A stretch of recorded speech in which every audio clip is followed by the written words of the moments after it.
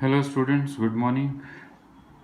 Today's topic is collision. What is collision? A collision is said to take place when either two bodies physically collide each other or when path of one body is changed by the presence of the other body. Examples of collisions are hitting of a ball with bat, collision between two vehicles, and another example which does not involve any physical contact is change in path of alpha particle when it passes through the nucleus. It is a nucleus. As you know, nucleus contains protons and neutrons. A proton has positive charge. So let us suppose there are Z number of protons in the nucleus. So positive charge the nucleus is positive charge Z. It is alpha particle. Alpha particle is a group of two proton and two neutron. So it carries charge positive 2e. Suppose this alpha particle is moving along this line. So this is initial direction of motion of alpha particle.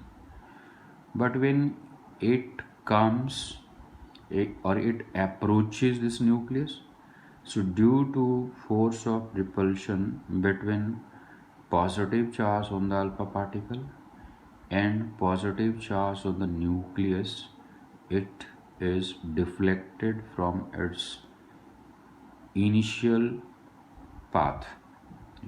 So it changes its direction of motion because of force of repulsion. It goes along this path.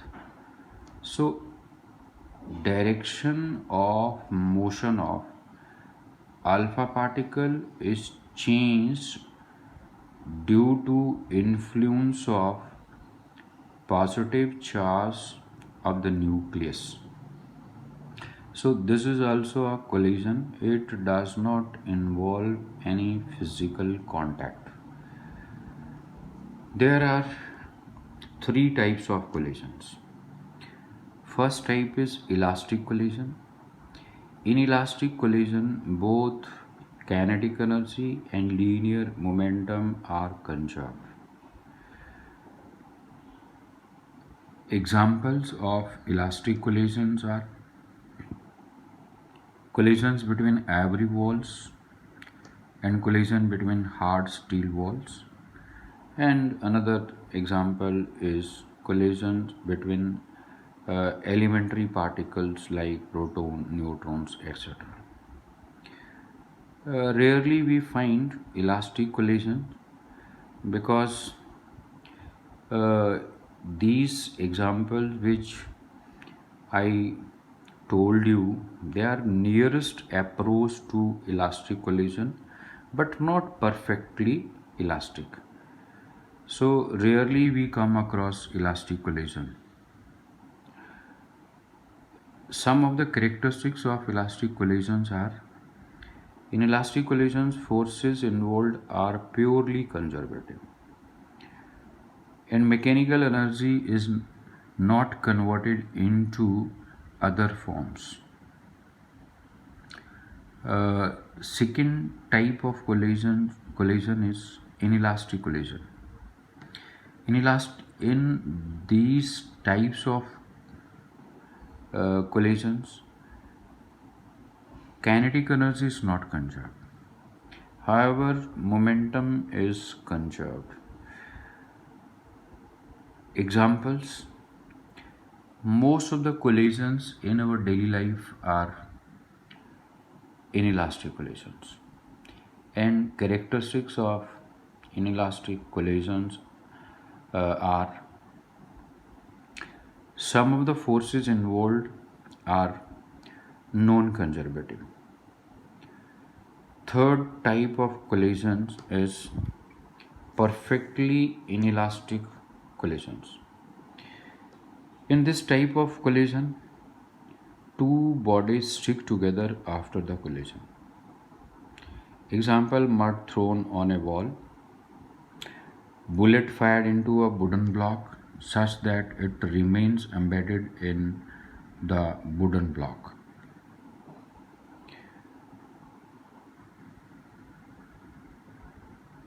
So we see from these three types of collisions that linear momentum is conserved in all the three types of collisions.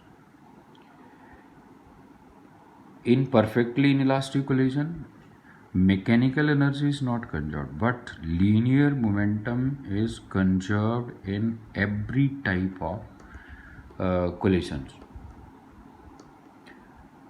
Now, head-on elastic collision in one dimension, which is very important, and normally 5-mark question is asked from this topic.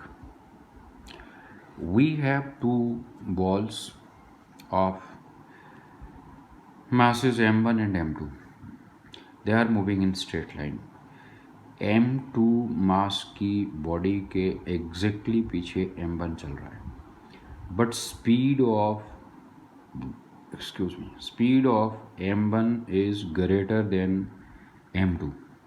So definitely m1 will collide with m2, and after the collision again they will move in a straight line. So that's why we call it one dimensional collision, because motion along a straight line is one dimensional motion. So suppose u1 is its initial speed and u2 is initial speed of m2. Here they collide, and then after the collision speed of m1 is v1 and speed of m2 is v2. So as I told you that in all types of collisions, linear momentum is conserved. Since it is elastic collision, so both linear momentum and kinetic energy are conserved. So apply law of conservation of linear momentum first. So this is linear momentum of body of mass m1. This is linear momentum of body of mass m2. So it is total linear momentum of the system before collision. And this is linear momentum of the system after the collision. So it is according to law of conservation of linear momentum कि जितना linear momentum collision से पहले था system का उतना ही होगा collision के बाद. So we can rearrange it. m1 वाली terms को मैंने left hand side पे इकट्ठा कर दिया. This is term containing m1. This is also term containing m1. So इस term को left hand side में ले जाइए और m1 कॉमन ले लीजिए. ये जिसके ऊपर मैं क्रॉस लगा रहा हूँ इनको राइट हैंड साइड पे इकट्ठा कर लीजिए and take m2 common. So you will get this equation. Now according to law of conservation of kinetic energy, this is kinetic energy of two balls before collision. So it should be equal to kinetic energy of the system after the collision. So this is kinetic energy of two balls after the collision. तो ये दो और ये सारे दो cut गए. Now again ये term it contains m1, it also contains m1. इनको लेफ्ट हैंड साइड में इकट्ठा कर लीजिए एंड टेक m1 कॉमन. ये क्रॉस वाली terms collect this on right hand side and take m2 common. You will get equation number 3. Now divide equation 3 by 2. So this is left hand side of equation 3. Divide this by left hand side of equation 2, ये आ जाएगा. This is right hand side of equation 3 divided by right hand side of equation 3. m2 cut गया, यहाँ पे m1 cut गया, and we are left with this.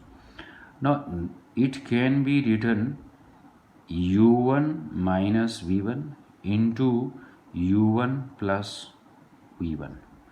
Similarly, you can rewrite this numerator like this. So ये पूरा bracket इसके साथ cut गया, and it cancels with this bracket in numerator. So we are left with this equation. Rearrange it. Initial velocities को left hand side में इकट्ठा कर लीजिए. सो ये आ जाएगा, और राइट हैंड साइड में फाइनल वेलोसिटीज़ को.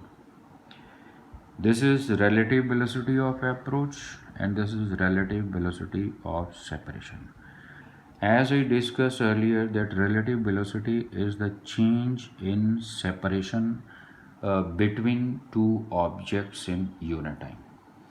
If this m1 is traveling with velocity say 10 metre per second, ये दूसरी बॉडी m2 इसका मास, इसकी जो वेलोसिटी है it is 8. So definitely collision will take place. It is moving faster, it is moving slow, so there will be collision. m1 will hit m2. चलिए इन दोनों के बीच में डिस्टेंस जो है इट इज़ से 10 metre. So it is covering 10 meter in 1 second and it is covering 8 meter in 1 second.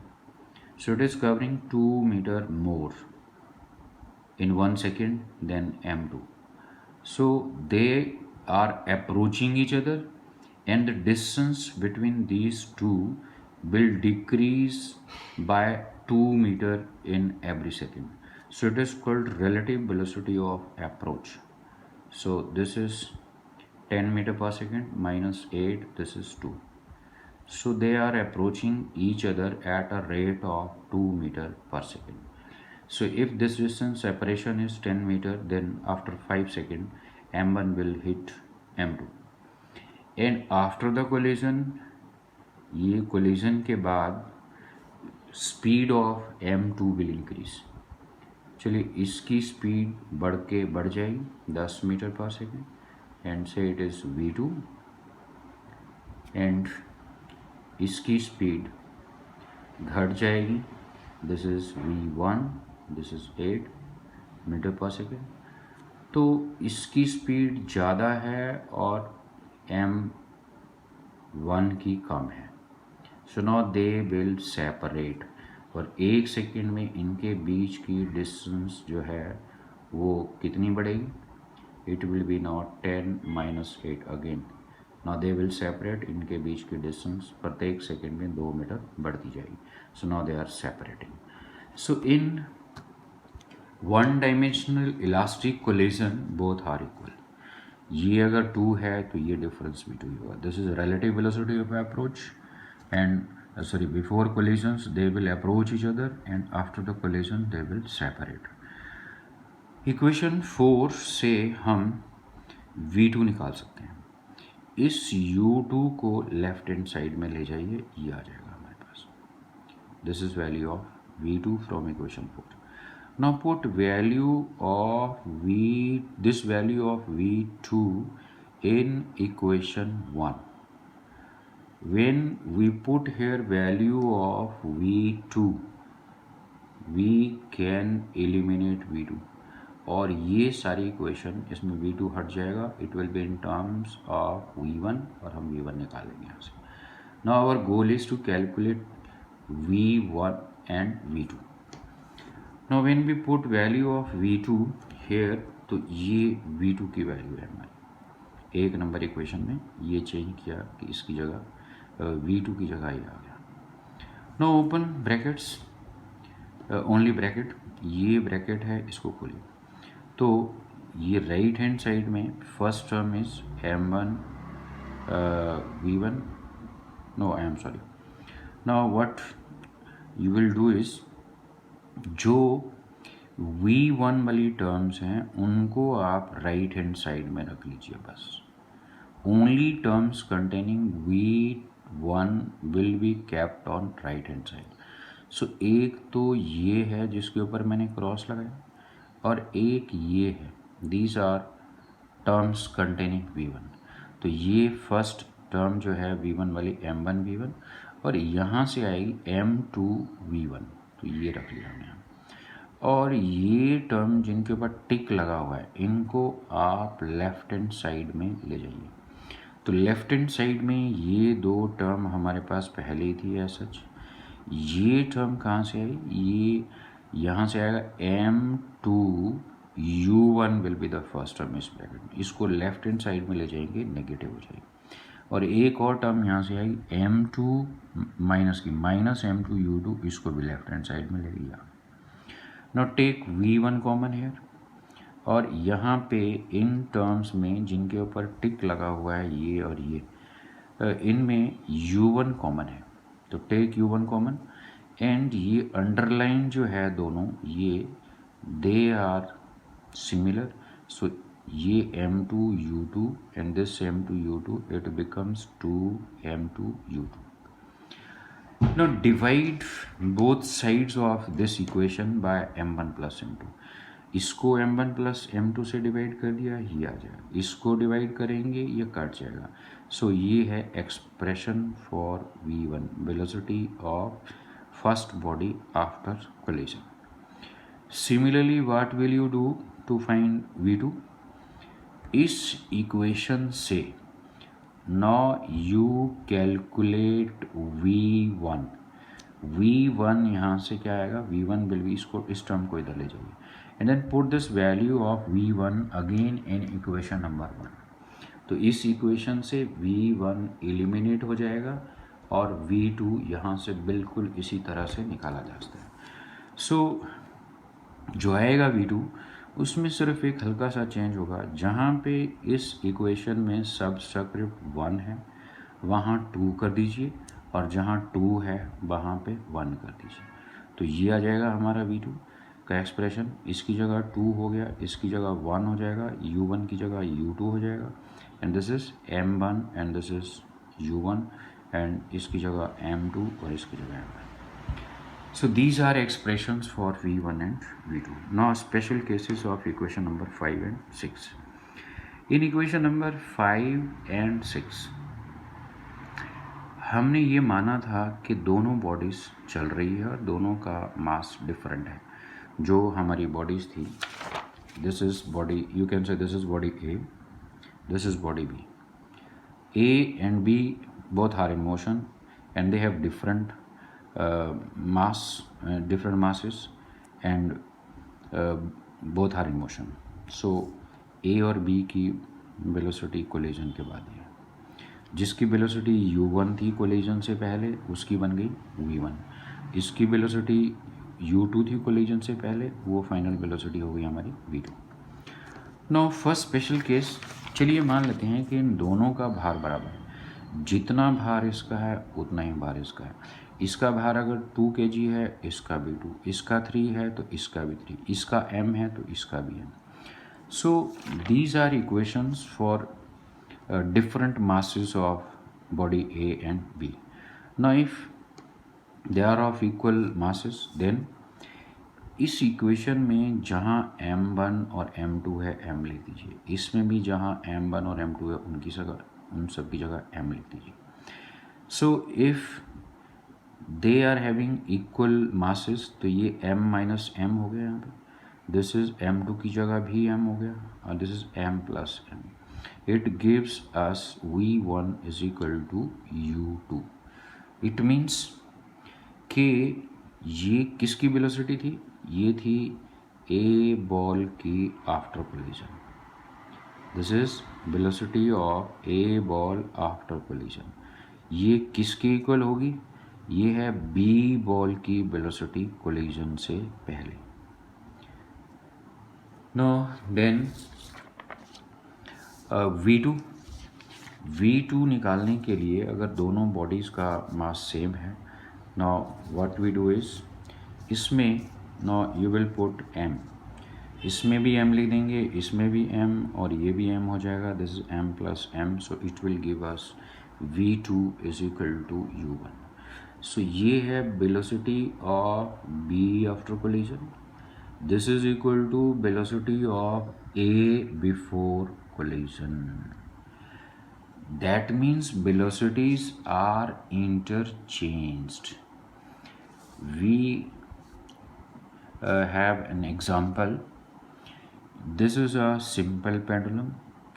ये extreme position पे ले गए हम इसको, ये इसकी मेन पोजीशन थी, और ये टेबल पे यहाँ पे एक बॉल रखी है और इस बॉल का भार जो है इस बॉब के भार के बराबर है, तो they are of equal masses. तो when this ball is released rest से, तो इसकी वेलोसिटी बढ़ती जाएगी बढ़ती जाएगी बढ़ती जाएगी, और just before hitting ball B, suppose इसकी वेलोसिटी यहाँ 5 मीटर पर सेकेंड हो, और बिफोर कोलिजन इसकी वेलोसिटी यहाँ 5 मीटर पर सेकेंड, तो बॉल ए यहाँ पे रुक जाएगी और B ball 5 metre per second की वेलोसिटी से चलना स्टार्ट कर देगी। मीन्स इसकी वेलोसिटी कोलिजन से पहले क्या थी? 0, रेस्ट में है, तो ये बॉल रेस्ट में आ जाएगी, यहाँ पे रुक जाएगी ए, और B ball 5 metre per second की वेलोसिटी से चल पड़ेगी। सो इन नटशेल व्हाट हैपन्स कि इनकी वेलोसिटी इंटरचेंज होगी। जो बी बॉल है वो चलना स्टार्ट करेगी उस वेलोसिटी से जो ए बॉल की थी जस्ट बिफोर कोलिजन, और जो ए बॉल है वो यहाँ पे आके रुक जाएगी, उसकी वेलोसिटी क्या होगी कोलिजन के बाद? जो बी बॉल की थी कोलिजन से पहले। Now second special case, when target body is at rest. Here B is target body is at rest. तो इसमें target body at rest means कि ये जो हमारी this is target body, this is projectile, A is projectile, B is target, A B को hit करेगी। So when target body is at rest, target body means m2, तो m2 की velocity collision से पहले थी हमारी u2, so u2 is 0, means target body is at rest. Then equations for v1 and v2 will become, ये v1 की हो जाएगी, this is for v2, it is very simple to calculate. No two sub cases of case number 2, इसमें भी कि ये हमारी यहाँ पे टारगेट बॉडी है, this is target, this is football, it is at rest, target body is at rest, mass of projectile is very large as compared to mass of target। ये car है, it is in motion, इसका भार बहुत ज़्यादा है। So still here target body is at rest, बस सिर्फ एक छोटा सा फ़र्क ये है कि हमारा जो टारगेट बॉडी है उसका भार बहुत कम है या प्रोजेक्टाइल का भार बहुत ज़्यादा है। सो ये कार की वेलोसिटी कोलिजन से पहले, target body is at rest, mass of projectile is greater than mass of target. तो these are equations when target body is at rest. So what will happen to these equations, अगर इन equation में एक condition हम और लगा दें कि जो प्रोजेक्टाइल है उसका भार बहुत ज़्यादा है, या in other words you can say target is of very small mass, so m2 है इसका भार। सो इन इक्वेशंस में जहाँ m2 है that is very close to 0, तो take m2 is equal to 0 in this equations. ये है इक्वेशन जब टारगेट बॉडी रेस्ट है। Now I am going to apply one more condition कि when target body is having very small mass. तो m2 जहाँ है उनकी जगह 0 पुट कर दिए, तो ये अगर m1 माइनस इसकी जगह 0 हो गया, u1 and then m1 minus 0. तो this equation will give you v1 is equal to u1. From this equation m2 हमें 0 पुट करना है, तो ये टर्म यहाँ पे 0 पुट कर देंगे आप, तो ये आ जाएगा and it gives you v2 is equal to 2u1, which means ये इसकी वेलोसिटी कोलिजन के बाद v1 होगी, इसकी वेलोसिटी कोलिजन के बाद v2. तो इसकी वेलोसिटी जो कोलिजन के बाद है v1 है, this is equal to u1, means collision के बाद जो इसकी वेलोसिटी v1 होगी वो उतनी ही रहेगी जितनी पहले थी. अगर ये 80 किलोमीटर पर आवर की स्पीड से भाग रही थी कार, तो फुटबॉल से टकराने के बाद ये फिर उसी स्पीड से चलती रहेगी, इसकी स्पीड में कोई चेंज नहीं आएगा. Now what about this football? कहते हैं फुटबॉल की वेलोसिटी है कोलिजन के बाद it will be twice the velocity of car before collision. तो वी कैन से अगर इसकी वेलोसिटी 80 किलोमीटर पर आवर है तो फुटबॉल भागेगा हमारा 160 किलोमीटर पर आवर की स्पीड से. नाउ सेकेंड सब केस उल्टा, कि इफ़ दिस बॉडी जो हमारी टारगेट है इसका भार बहुत ज़्यादा, यहाँ टारगेट का भार बहुत कम और यहाँ टारगेट का भार बहुत ज़्यादा. दिस इज रिजिड वॉल, ये फुटबॉल है हमारा, फुटबॉल इधर फेंका u1 वेलोसिटी से, दीवार it is eight rest, target यहाँ भी रेस्ट में था, यहाँ भी टारगेट रेस्ट में था. तो यहाँ प्रोजेक्टाइल का भार ज़्यादा था, यहाँ पे टारगेट का भार ज़्यादा है. तो ये u1 वेलोसिटी से इसको हिट करता है, दिस इज एट रेस्ट. तो देखते हैं क्या बनता है इन इक्वेशंस का. तो व्हाट विल यू डू, ये जो m1 है mass of football, it is negligible in comparison to mass of this target. So m1 आप इन इक्वेशंस में ऑलमोस्ट 0 हो जाएगा. So take m1 0 in this equations. तो ये m1 0 कर देंगे हम, इसको 0 कर देंगे, यहाँ पे ये 0 हो जाएगा, ये इसमें ये m1 0, ये 0 हो जाएगा m1, इसमें m2 वाले में ये m1 0 करोगे, this equation will become 0. So this equations will give v1 is equal to minus u1 and v2 is equal to 0. ये है वेलोसिटी फुटबॉल की कोलिजन के बाद. It is equal to negative of velocity of football before collision. Means football जिस velocity से जाएगा टकरा के उसी वेलोसिटी से वापस आ जाएगा, ये नेगेटिव साइन बता रहा है. ये velocity of football after collision, दीवार से टकराने के बाद, this is equal to negative of football की ही वेलोसिटी बिफोर कोलिजन जो थी. v2 0, दीवार पहले भी रेस्ट में, कोलिजन के बाद भी रेस्ट में. सो this is all about one-dimensional elastic collision. It is very important from examination point of view. Now another very important article, loss in kinetic energy in perfectly inelastic collision. In perfectly inelastic collision, two bodies move as a single system after the collision.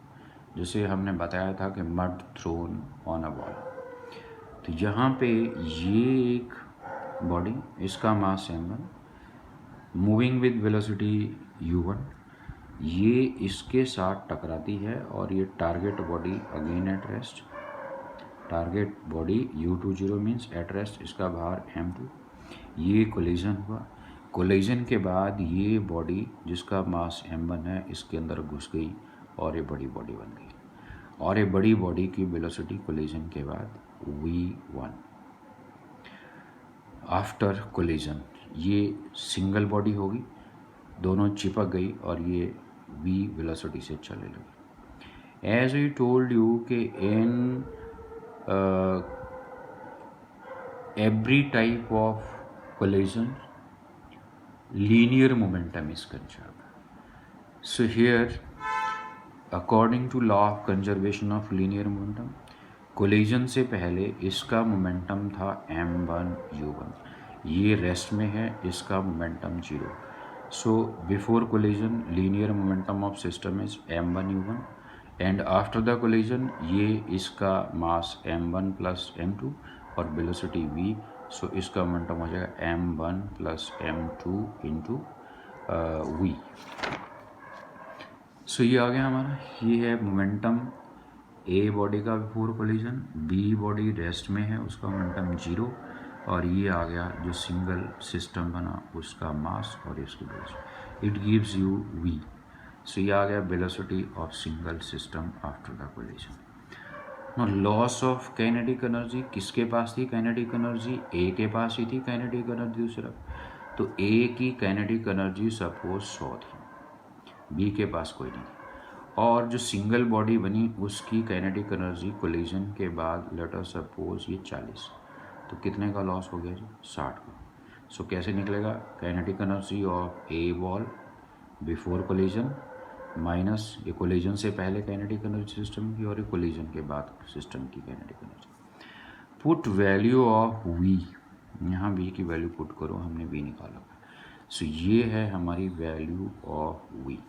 इसका square लिया हमने, ये v का square will be m1 square u1 square divide by m1 plus m2 whole square.